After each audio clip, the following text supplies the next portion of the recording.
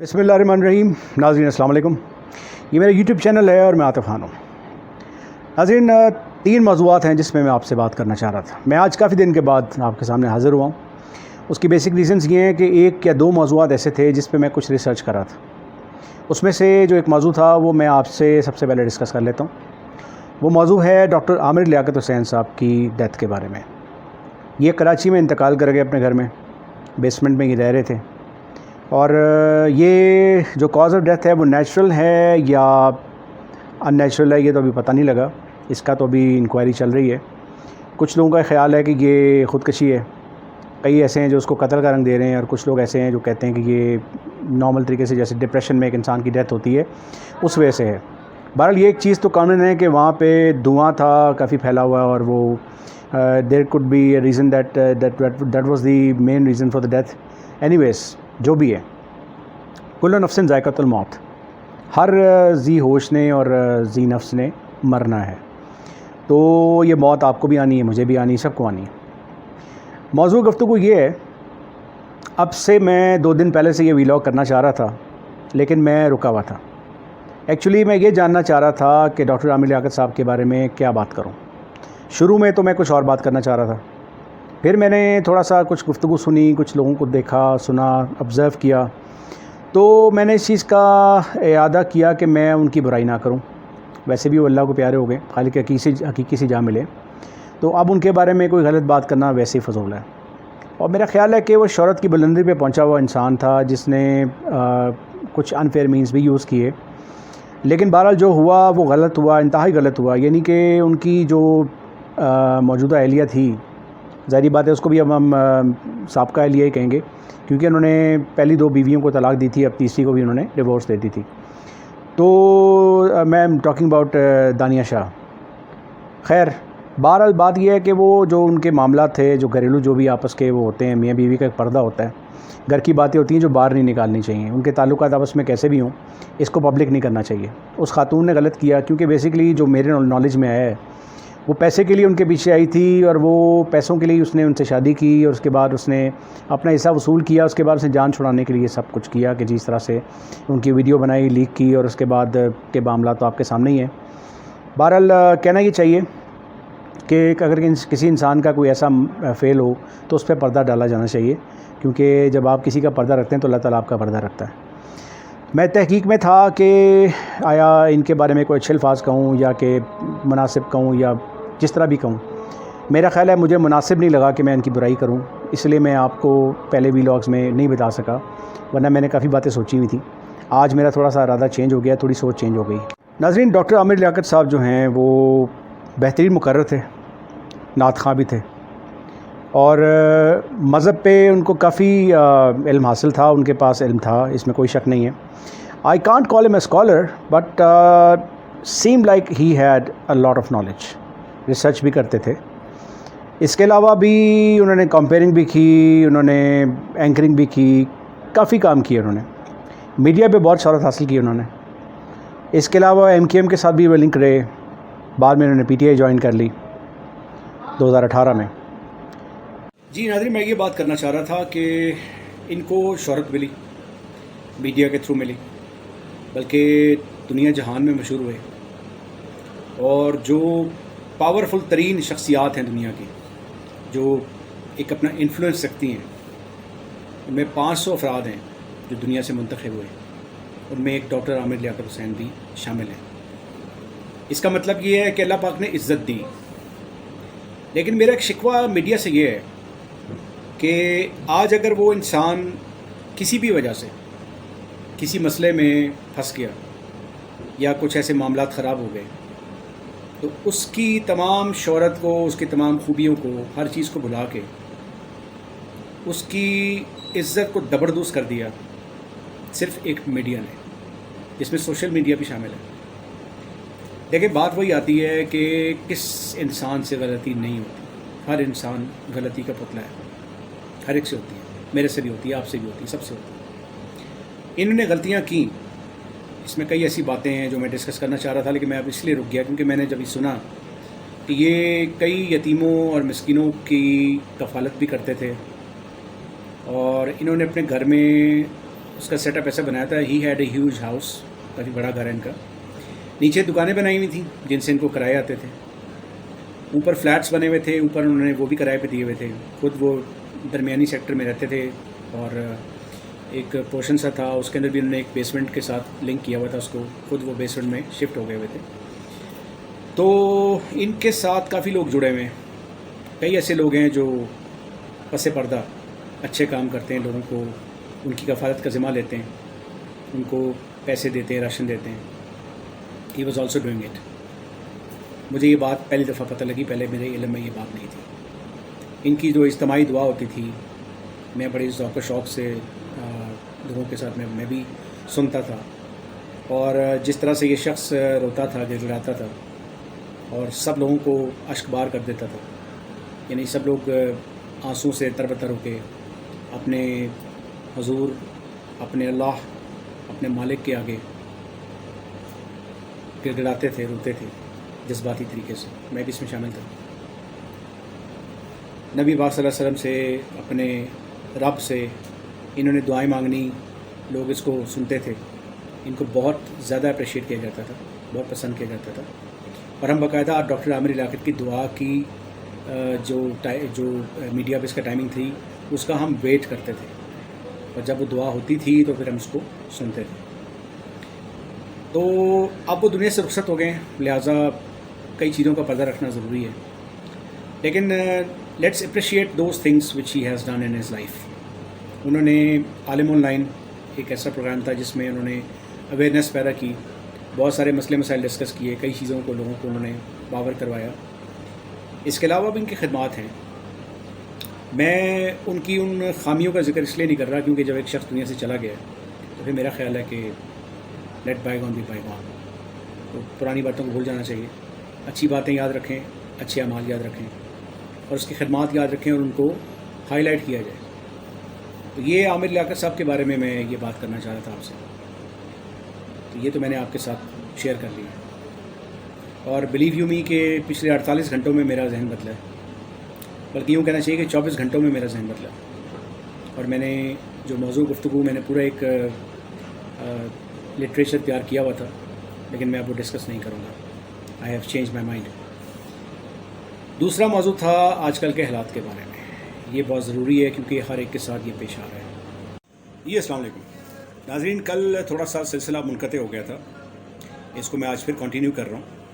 मैंने आपसे गुजारिश की थी कि मैं 3 मौज़ूआत पे आपसे गुफ्तगू करना चाह रहा था। पहला मौजू डॉक्टर आमिर लियाकत साहब का था, वो मैंने आपसे बात कर ली। दूसरा मौजू ये था कि जो बड़ा इम्पॉर्टेंट है, पाकिस्तान के हालात आपके सामने हैं, इस तरह भी कैफियत है, हर इंसान इंतशार का शिकार है, महंगाई है, मुल्की हालात ऐसे जा रहे हैं, हमारी फ़ौज पे दर पे हमले हो रहे हैं, और साइबर हमले कहूँगा मैं इसको, या यूँ कह लीजिए this is the 5th generation war. तो 5th जनरेशन वॉरफेयर जो है ना, ये शुरू हो गया हुआ है, और आवाम और फ़ौज के दरमियान एक खलीज पैदा की जा रही है, डिस्टेंस पैदा किया जा रहा है। ऑब्वियसली इसमें कसूरवार हैं, इसमें ऑफिशल्स कसूरवार हैं, और वो इसलिए कसूरवार हैं कि उन्होंने पैसे ना पकड़े होते अमेरिका से, तो इस तरह के हालात ना बनते, ऐसे मामलात ना बनते, IMF की डील्स ना हुई होती, और आवाम महंगाई से परेशान है जो वो परेशान ना होते। अब ये तो सब कुछ कर चुके हैं वो, इसका इलाज तो यही था कि IMF से जान छुड़ाई जाती या उनकी बेजा शराइत ना मानी जाती, और उसका तरीका यही था कि पैसे उनसे ना पकड़ते। सबसे पहले तो देखिए कि जो हमारा रशिया से डील होने जा रहा था, जिसमें मेरे कुछ भाई ऐसे हैं जो नून लीग के हिमायती हैं, होते हैं हर जगह पे हैं, हमारी फैमिली में भी हैं, हमारे जहाँ मैं काम करता हूँ, जहाँ पे मेरा रिस्क का ज़रिया अल्लाह ताला ने बनाया हुआ है, यहाँ पे भी लोग ऐसे हैं जिनकी मुखालफत है, और मुखालफत दर मुखालफत नहीं होनी चाहिए। आपको पॉजिटिविटी की तरफ चलना चाहिए, आपको उनकी बात जो सही वो कह रहे हैं वो सुननी चाहिए, और अपनी जो बात सही आप करना चाह रहे हैं वो आपको फॉरवर्ड करनी चाहिए। तो बात ये हो रही थी कि नून लीग के जो हिमायती हैं वो ये फरमाते हैं कि जी ये जो डील था रशिया वाला, ये तो डील जनाब ऐसा कोई पैक्ट हुआ ही नहीं, इवन कोई लेटर भी मौसूल नहीं हुआ, और रशिया ने कोई ऐसी बात की नहीं, तो इमरान खान साहब भी हवा में उड़ा रहे थे। आप जो रशिया के सदर हैं व्लादिमीर पुतिन, उनकी बात सुन लीजिए, और उनका जो इशारा है वो भी सुन लीजिए, समझ लीजिए, आपको पता लग जाएगा कि क्या उन्होंने प्रपोज़ल ये पाकिस्तान को दिया था या नहीं दिया था। یعنی پہلے بات 30% سے اسٹارٹ ہوئی تھی، پھر وہ 40% پہ آ گئے، اب سننے میں آئے کہ 45% پہ بھی وہ بات کرنا چاہ رہے ہیں. آئل، گیس اینڈ ویٹ، یہ تین چیزیں اگر آپ کی آ جاتی یہاں پہ تو کیا کمال ہو جاتا. اللہ تعالیٰ کی طرف سے ایک تحفہ مل جانا تھا. لیکن ہم چونکہ مجبور ہیں، ہم IMF کے شکنجے میں جکڑے ہوئے ہیں. اس سے نکلنا بہت ضروری ہے. اس سے نکلنے کا ایک طریقہ ہے، only one and only solution. آپ عوام کے طور پہ میں بات کروں گا، منحص القوم میں بات کروں گا کہ منحص القوم یہ چیز آپ کو اپلائی کرنی پڑے گی. آپ دعا کریں اللہ پاک سے. نظام تو رائج کرنا ہے سیاستدانوں نے یا پولیٹیشنز نے، لیکن کروانا کس نے؟ اللہ پاک کی ذات نے. اس سے دعا کریں کہ اللہ پاک ان کے دل میں ڈال دے کوئی ایسی بات، کوئی ایسا شخص سامنے آ جائے جو نفاذ شریعت کر دے. سارے مسئلے حل ہو جائیں گے. ٹرسٹ میں سارے مسئلے حل ہو جائیں گے. اسلام میں نظام ہے زکوٰۃ کا. یہ زکوٰۃ کئی لوگ نہیں دیتے. I know lot of people they are filthy rich, لیکن یہ زکوٰۃ نہیں دیتے. تو اس کا پیسہ جتنا بھی ان کے پاس ہوتا ہے کہ انہوں نے قبر میں لے کے جانا ہے. اس پیسے سے بڑا کچھ ہو سکتا ہے. کئی ایسے ہیں لوگ، بے شمار لوگ ہیں جو بہت زیادہ سوشل ورک کرتے ہیں، وہ بہت زیادہ غریبوں کی امداد بھی کرتے ہیں، غریب بچیوں کی شادیاں بھی کرواتے ہیں، بہت کچھ کرتے ہیں، لیکن تعداد بہت زیادہ نہیں ہے. یہ تعداد زیادہ ہو سکتی ہے. کیسے؟ آپ نظام ایسا رائج کریں، شریعت کا نظام رائج کریں یہاں پہ کہ جتنے بھی ان کے ایسٹس ہیں، جتنی بھی پراپرٹیز ہیں، ان کو اسیس کیا جائے اور اس پہ اس کے مطابق 2.5% ٹیکس ان سے وصول کیا جائے. اور وہی ٹیکس آپ جو زکوٰۃ کی مد میں لوگ پیسہ لینا چاہتے ہیں، جو صحیح معنوں میں ڈیزرونگ ہیں، ان تک یہ پیسہ جائے. اور یہاں پہ جو غربت ہے اور افلاس ہے اس کا خاتمہ کیا جائے. اور صحیح معنوں میں اسلامک ریاست ایسی بن جائے گی جس کو ہم مدینہ کی ریاست کہتے ہیں، فلاحی ریاست بن جائے. تو یہ ویلفیئر اسٹیٹ بن جائے، فلاحی ریاست بن جائے، اور مدینہ کی ریاست وہی ہے. اور نظام عدل کا نفاذ بھی تبھی ہو سکتا ہے جب شریعت کا نفاذ کریں گے آپ. تب یہ سارے مسئلے حل ہو جائیں گے، سب کچھ ٹھیک ہو جائے گا، کیونکہ سارے مسائل کا حل آپ کا ایک ہی ہے، نفاذ شریعت. اور that is the best solution. And this is the second topic which I am talking about. اب آتے ہیں تیسرے ٹاپک کی طرف. یہ ٹاپک بھی امپورٹنٹ ہے اس لیے کہ آج جو کچھ ہم کریں گے یا جو ہم بوئیں گے وہی پھر ہم کاٹیں گے. تو اگر آج ہم نے یہ کام نہ کیا تو کل کو ہم اپنی جو آنے والی نسلیں ہیں ان کو کیا جواب دیں گے؟ وہ امپورٹنٹ کام یہ ہے جو میں آپ کو کہنا چاہ رہا تھا. آپ اپنا جو ID کارڈ نمبر ہے وہ 8300 پہ 8300 پہ آپ میسج کریں. آپ کو آپ کا حلقہ بتاتے ہیں. وہ میں الیکشنز کے بارے میں بات کر رہا ہوں. انہوں نے حلقہ بندیاں کی ہیں، انہوں نے فہرستیں تیار کی ہیں، انہوں نے یہ بہت زبردست کام کیا ہے اور اتنا کمال کام کر دیا ہے کہ جو کہتے ہیں نا دشمن نہ کرے دوست نے وہ کام کیا ہے. یہ ہمارا الیکشن کمیشن ہے نا پاکستان کا، ہمارے ہی لوگ ہیں. انہوں نے اتنا زبردست کام کیا ہے کہ انہوں نے جو بھی ووٹرز تھے نا، جیسے میں ہوں، اگر میرا حلقہ شادمان کا علاقہ تھا اور میں وہاں پہ ووٹ ڈالتا رہا ہوں، انہوں نے میرے اس ووٹ کو اٹھا کے بھگت پورے میں پھینک دیا. بھگت پورے میں مجھے یہ نہیں پتا بھگت پورہ کہاں ہے. یعنی میں تلاش ہی کرتا رہوں گا اور مجھے پتہ نہیں لگے گا کہ میں نے ووٹ ڈالنے کہاں جانا ہے. الیکشنز آ جائیں گے اور پھر میں اسی پریشانی میں سارا دن بھاگتا رہوں گا اور پھر تنگ آ کر تھک ہار کر میں گھر آ جاؤں گا اور میں کہوں گا یار میں نے ووٹ ہی نہیں ڈالنا. اس طرح سے جو نوجوان طبقہ ہے نا، اس کی بے شمار تعداد PTI کی ووٹرز میں شامل ہے. یعنی کہ نوجوان طبقہ اور پڑھا لکھا طبقہ زیادہ جو ہے وہ ان کا حمایتی ہے. اور جو تاجر طبقہ ہے اس میں بے شمار تعداد نون لیگ کی حمایتیوں کی ہے، اور اس میں ایسے کئی لوگ شامل ہیں جو تعلیم یافتہ نہیں ہیں.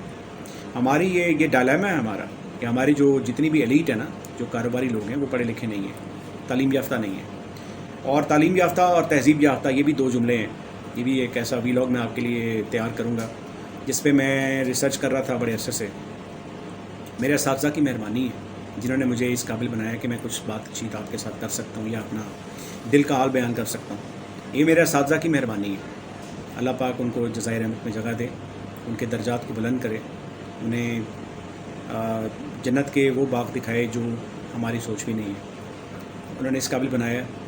والدین کی تربیت، اساتذہ کی محنت، یہی ایک انسان کو اس قابل کرتی ہے کہ وہ آپ کسی سے گفتگو کریں تو پتہ لگ جاتا ہے وہ تہذیب یافتہ ہے یا نہیں ہے. تو بہرحال یہ ہے کہ جی جو ہمارا یہ طبقہ ہے کاروباری، یہ تہذیب یافتہ بھی نہیں ہے اور وہ تعلیم یافتہ بھی نہیں ہے. یہ بہت غلط بات ہے.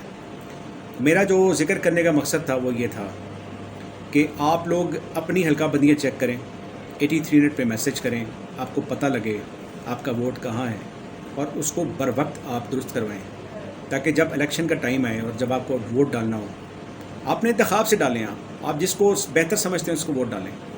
لیکن یہ بات میں آپ کو بتا دیتا ہوں کہ سوچ سمجھ کے ووٹ ڈالیں, غلط انسان کو ووٹ نہ ڈالیں.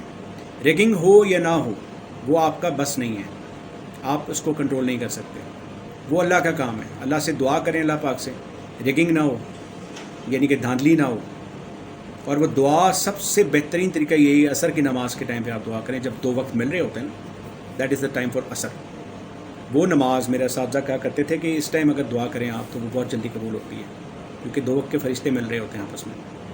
اس ٹائم دعا کریں اللہ تعالیٰ سے کہ اللہ تعالیٰ ہمارے ملک کے لیے, ہمارے وطن کے لیے جو بہترین ہے نا وہ منتخب کر لیجئے, اس کا انتخاب کر لیجئے, باقیوں کو آپ یہاں سے بھگا دیں, ہماری جان چھڑا دیں ان سے. تو ناظرین, آپ جس کو بھی ووٹ ڈالیں سوچ سمجھ کے ڈالیں, لیکن سوچ سمجھ کے اس طرح ڈالیں کہ آپ نے آگے آنے والی نسلوں کو جواب دینا ہے. تو اپنا انتخاب اچھا کریں, صحیح کریں, ایمانداری سے ووٹ ڈالیں, اور حلقہ بندیاں چیک کروا لیں ان ٹائم. اور میرا خیال ہے کہ جو بھی کریں پاکستان کی سالمیت کے لیے اچھا سمجھ کے کریں اور خلوص نیت سے کریں. آپ سے اجازت چاہتا ہوں, اگر کچھ باتیں بری لگی ہوں تو معذرت ہے, اور اگر آپ کا دل چاہے تو سبسکرائب کر دیجیے گا تاکہ آئندہ رشتہ جڑا رہے. جزاک اللہ. اللہ حافظ.